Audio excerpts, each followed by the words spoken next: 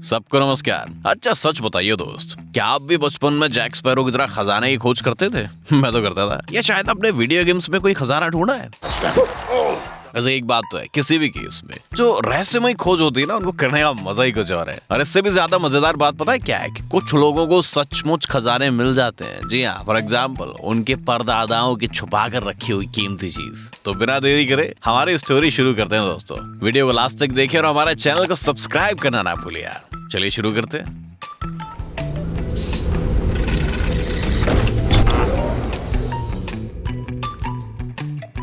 Jackpot under the lid. कुछ लोग piano tuner के तौर पर काम करते हैं। ये ट्यूनर्स हर रोज लोगों के घर जाकर उनके पुराने या मॉडर्न इंस्ट्रूमेंट्स ठीक करते हैं। ट्यूनर बारीकी से लकड़ी की जांच करता है, स्ट्रिंग्स का टेंशन एडजस्ट करता है और पियानो के बेहतरीन परफॉर्मेंस के लिए तैयार करता है। बोरिंग काम लग रहा है ना? वेल, हमेशा ऐसा नहीं होता। ब्रिटेन के एक मार्टिन बैगहाउस करके हैं, उनके साथ एक अद्भुत बात हो गई। एक कॉलेज को डोनेशन में पियानो मिला था भैया, जिसे ठीक करने के लिए उसे बुलाया गया। मार्टिन ने जब इसे चेक करा तो उसे तुरंत शक हुआ। पियानो की कीज थोड़ी अजीब लग रही थी। अब कोई बागड़ बिल्ला होता तो पहचान ही नहीं पाता, लेकिन मार्टिन को तुरंत बात समझ में आ गई। उसने कभी पियानो को ऐसे बजते नहीं सुना था। उसने सोचा पियानो का ढक्कन खोल के देखो भैया, अंदर स्ट्रिंग प्लेट कैसी है। उसे लगा कि वहाँ कोई स्ट्रिंग टूट चुकी होगी, लेकिन भाई साहब अनएक्सपेक्टेडली उसके अंदर कुछ अजीब बैग्स मिले। क्या ये कोई प्रैंक कर रहा था उसके संग? आखिर ये बैग्स में है क्या? मार्टिन ने बिना देरी के बैग्स खोल दिए और उसे अपनी आंखों पर यकीन ही नहीं हुआ। उस बैग्स में बेहद कीमती पुराने गोल्ड कॉइन्स थे, और ये कोई 10-50 नहीं थे। पियानो के अंदर 1000 से भी ज्यादा सोने के सिक्के थे भाइयों। स्कूल की बात चल गई। स्कूल ने तुरंत खजाने को जांच के लिए भेजा। पता चला कि ये पियानो पिछली सेंचुरी में बनाया गया था और इस कॉइन्स की कीमत पता है कितनी? 5 करोड़ से भी ज्यादा थी। बढ़िया है ना? इस पियानो के असली मालिक के लिए कोई सैड सॉन्ग गा देना भैया। न जाने कितने सालों से वो इस इंस्ट्रूमेंट को कबाड़ समझकर उससे छुटकारा पाना चाहते थे, और अंत में उनके हाथ कुछ भी नहीं लगा। हालांकि मार्टिन और स्कूल मैनेजमेंट ने इस खजाने को 2 हिस्सों में बांट लिया। उनको घंटा कुछ नहीं दिया। What an amazing story. Real La गियोकोंडा।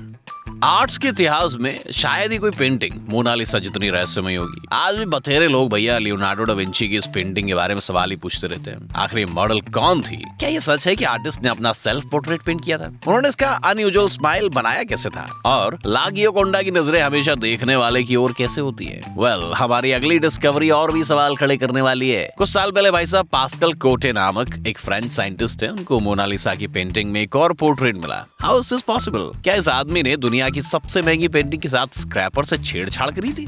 Of course not. उन्होंने रिफ्लेक्टिव लाइट टेक्नोलॉजी इस्तेमाल की। उन्होंने तिकड़म लगाई भैया, रिफ्लेक्टिव लाइट टेक्नोलॉजी का इस्तेमाल किया, जिसपे वो कई सालों से काम कर रहे थे। ये मशीन कैनवस पर एक शक्तिशाली बीम प्रोजेक्ट करती है और उसके रिफ्लेक्शन को कंप्यूटर पर एनालाइज किया जाता है। ऐसा करने से हम पिक्चर के लेयर्स रिकंस्ट्रक्ट करके निचले लेयर्स भी देख पाते हैं। जी हाँ, पास्कल कोटे को इस टेक्नोलॉजी का इस्तेमाल करने के लिए कई बार लोवर को रिक्वेस्ट करनी पड़ी थी। लेकिन सवाल ये है कि उन्हें वहां मिला क्या? नेचुरली इसके अंदर एक दूसरी लड़की का पोर्ट्रेट था। जी हाँ, हालांकि इस लड़की का मोनालिसा से कोई लेना देना था नहीं। ये पूरी तरह एक अलग व्यक्ति थी। तो क्या यही असली मोनालिसा थी? शायद अगले कई सालों तक आर्ट्स के प्रेमी इस बात का जवाब ढूंढते रहने वाले हैं। Message from ancestors.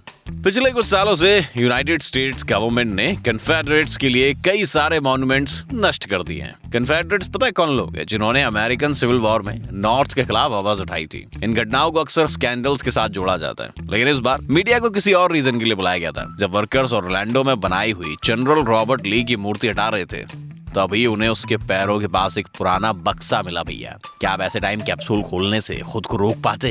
वेल, बेचारे वर्कर्स के पास कोई चॉइस ही नहीं थी। उन्होंने उस बक्से को अथॉरिटीज के हवाले कर दिया, और उसके अंदर क्या था मालूम है? ये जानने के लिए थोड़ा इंतजार करने लगे वो। अथॉरिटीज ने इस बक्से को एक सेरेमनी में खोला और उसकी वीडियो रिकॉर्डिंग भी की गई, लेकिन इसके अंदर से एक 1911 का न्यूज़पेपर निकला। पता नहीं उनके पूर्वज अपनी फ्यूचर जनरेशन को कौन सी बत्ती बना के सुनाना चाहते थे। इसके साथ ही बक्से के अंदर एक कुछ confederate flags, letters, bank notes और कुछ हिस्टोरिकल डॉक्यूमेंट्स भी पाए गए। लेकिन आश्चर्य की बात यह है कि इतने सालों तक जमीन के नीचे रहने के बावजूद सब कुछ काफी वेल प्रिजर्व था, नहीं?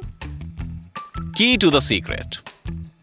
कभी कभी हमारे बगल में एक बेहद वैल्यूएबल चीज होती है और हमें उसका पता भी नहीं होता। लेकिन जो लोग ट्रेजर हंटिंग से प्यार करते हैं और उनकी नजरों से कुछ भी चीज छूट नहीं सकती है भैया। ये रहा उसका अच्छा खासा एग्जांपल। पिछले साल क्या हुआ भाई साहब, आपको बात बताएं। अबीर एल अडानी जो स्कॉटलैंड की एक यूनिवर्सिटी है एडबर्डीन में एक म्यूजियम वर्कर हैं। रोज की तरह अपना काम कर रही थी। अचानक उनकी नजर एक बक्से पर गई जिस पर इजिप्शियन सिंबल्स थे। उसे काफी हैरानी हुई क्योंकि वो खुद इजिप्ट में बड़ी हुई थी और उसने कायरो म्यूजियम में 10 सालों तक काम भी किया था। पता चला कि ये अनयूजुअल बॉक्स एक सिगरेट केस था। हालांकि इसके अंदर कोई तंबाकू नहीं बल्कि लकड़ी के कुछ टुकड़े थे। आप कह सकते हैं कि उसमें कौन सी बड़ी बात है। दरअसल ये टुकड़े काफी स्पेशल थे भैया। अबीर को एक 5000 साल पुराना आर्टिफैक्ट मिला था। आर्कियोलॉजिकल कम्युनिटी मानती है कि ये कहीं खो चुका है। अच्छा, आपको लग रहा होगा पुराने टुकड़े की क्या वैल्यू होगी, आगे सुना रहा हूँ। ये आइटम्स डिक्सन रेलिक्स का हिस्सा थे। दुनिया में ऐसे सिर्फ 3 आइटम्स थे, ठीक जैसे वो हैरी पॉटर की डेथली एलोस थी ना, उसकी तरह। 19th सेंचुरी के लास्ट में इन रेलिक्स को ग्रेट पिरामिड ऑफ गीजा में पाया गया था। इसीलिए आर्कियोलॉजी के दृष्टिकोण से ये काफी महत्वपूर्ण खोज थी। हो सकता है कि ये शानदार आर्किटेक्चर के पीछे के राज छुपाए गए हों। Personal diary. अब तक आपने नोटिस कर लिया होगा भाई साहब कि अक्सर आर्टिफैक्ट्स बिल्कुल अनएक्सपेक्टेड जगहों पर मिल जाते हैं, लेकिन ये कहानी थोड़ी अलग है। कुछ रिस्टोरेशन आर्टिस्ट जीसस क्राइस्ट की एक लकड़ी की मूर्ति पर काम कर रहे थे जो पिछले 250 सालों से स्पेन के शहर सोटिलो डा रिबेरा में रखी गई थी। अचानक उन्होंने पाया कि मूर्ति अंदर से खोखली थी और उसके अंदर पुराने स्क्रोल्स और रिकॉर्ड्स छिपाए गए थे। उसके अंदर एक और खास बात थी, ये मैसेजेस एक लोकल प्रीस्ट ने लिखे थे जो 18th सेंचुरी में काम करता था। उस होली फादर ने स्क्रोल्स पर मूर्ति के इतिहास और स्पेन के बारे में कुछ डिटेल्स लिखे थे। उसने ये भी लिखा था कि बिशप के सेलर्स में काफी सारी वाइन पड़ी थी और वो टाइफस महामारी की वजह से आइसोलेशन में बोर हो रहा था। वेल, क्या बात कर दी प्रीस्ट साहब, आज तो हम आइसोलेशन की बोर्डम को अच्छी तरह समझ सकते हैं। Spooky detail. कुछ मैक्सिकन साइंटिस्ट जुम्पांगो दे ओकाम्पो शहर में क्राइस्ट की मूर्ति पर अध्ययन कर रहे थे। तभी अचानक उन्होंने भाई साहब एक शॉकिंग खोज कर डाली। उन्होंने देखा कि इस 300 साल पुरानी मूर्ति के मुंह से असली ह्यूमन टीथ यानी इंसानी दांत दिखे उन्हें। लेकिन रिसर्चर्स को इन्हें देखकर ज्यादा हैरानी नहीं हुई। मैक्सिकन कल्चर्स में क्या होता है, अक्सर मूर्तियों में असली दांत या नाखून लगाए जाते थे, लेकिन ज्यादातर ये कुत्ते और भेड़ियों जैसे जानवरों के होते थे। लेकिन इस केस में ये एक इंसान के दांत थे। देखा जाए तो इनका कोई खास पर्पस भी नहीं था क्योंकि मूर्ति होठ हमेशा बंद होते थे। लेकिन असली सवाल ये था कि यहाँ पहुंचे कैसे। इसका जवाब काफी सिंपल हो सकता है। मैक्सिको में अक्सर लोग अपने शरीर को किसी चर्च में दान करते थे। शायद किसी ने अपना शरीर दान करते टाइम अपनी मेमोरी प्रिजर्व करने के लिए कहा होगा और उसकी इच्छा इस अनोखे तरीके से पूरी की गई। Painting in a painting.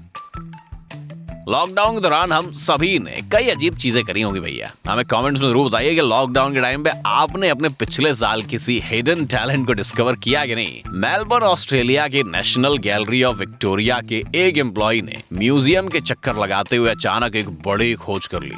Michael वार्को COX museum की पेंटिंग्स अपनी फ्लैश लाइट से एग्जामिन करते थे। वो कैनवस पर किसी इरेगुलरिटीज को आसानी से नोटिस करने के लिए ऐसा करते थे।